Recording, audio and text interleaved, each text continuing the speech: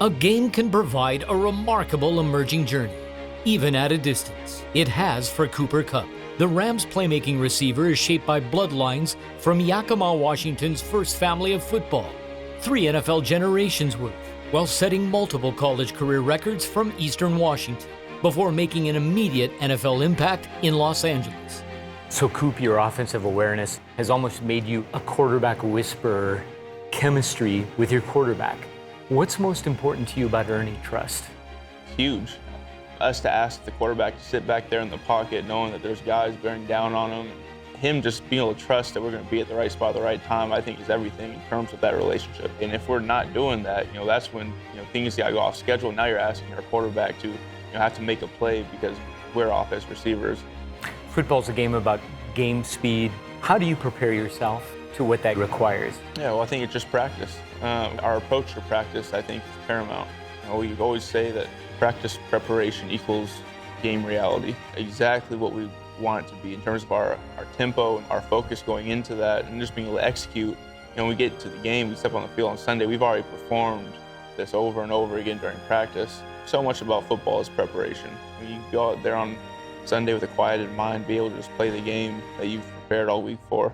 Does the tempo and rhythm of football heighten your awareness just translating into life? I mean, you're a dad now, you've got no choice probably by that, right?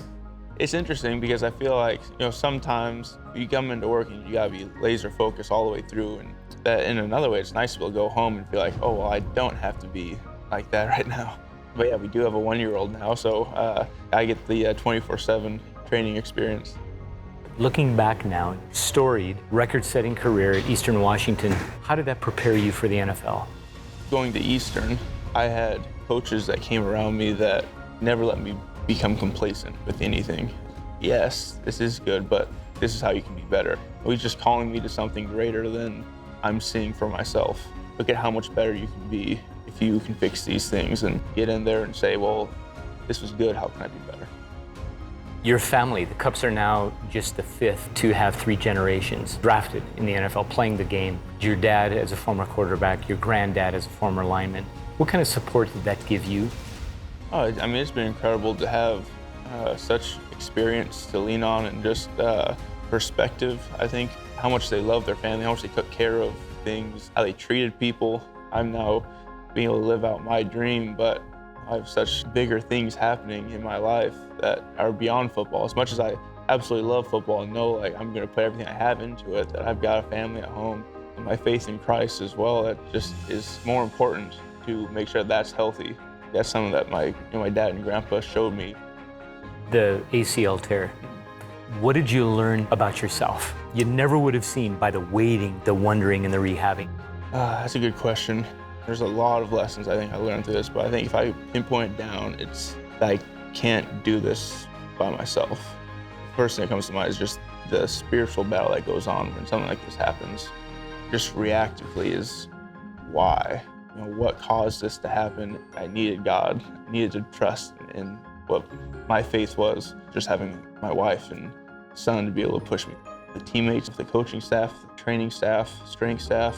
I just had a team around me that encouraged me, really showed me how important it was to have people around me that God's really placed in my life, seeing how much of a blessing that is. Faith is a huge part of that. Our faith is that, that we're not number one. We're not the number one focus of our lives, and it's others, and it's Christ first, and then it's others, starting with the closest people to you. I know he knows there's purpose in everything, and he'll look back and know that he's grown from it, and he's a stronger person, and hopefully he can help someone else down the road that goes through the same thing. All right, hey, it's a great Rams win today. Great day for the Rams, great day for Coop.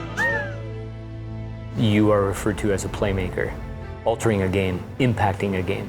Off the field, you ever consider Jesus Christ being a playmaker in lives? He might just be the greatest playmaker that's ever lived. Restoration, redemption, sacrifice, what he laid on the line to change the world forever.